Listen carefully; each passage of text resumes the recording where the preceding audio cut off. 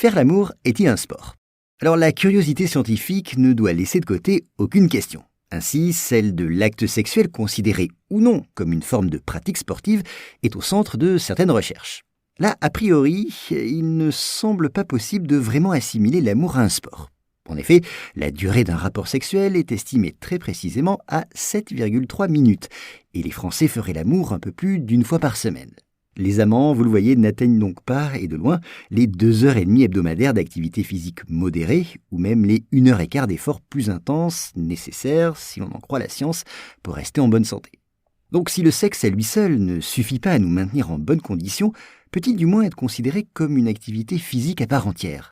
Eh bien, des équipes de chercheurs ont voulu le savoir. Ainsi, les ébats amoureux de 700 hommes et femmes, dont l'âge allait de 18 à 89 ans, ont donné lieu, après plus d'une décennie de recherche, à des résultats publiés en 1966.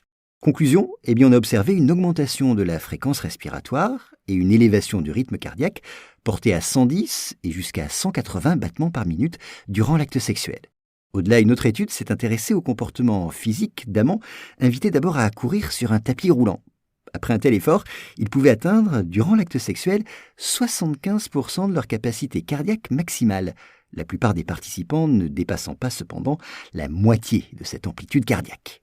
Car oui, faire l'amour sollicite tout de même beaucoup le cœur. Aussi, avoir des relations sexuelles 3 ou 4 fois par semaine ferait courir 2 fois moins de risques d'être atteint par une crise cardiaque ou une attaque cérébrale.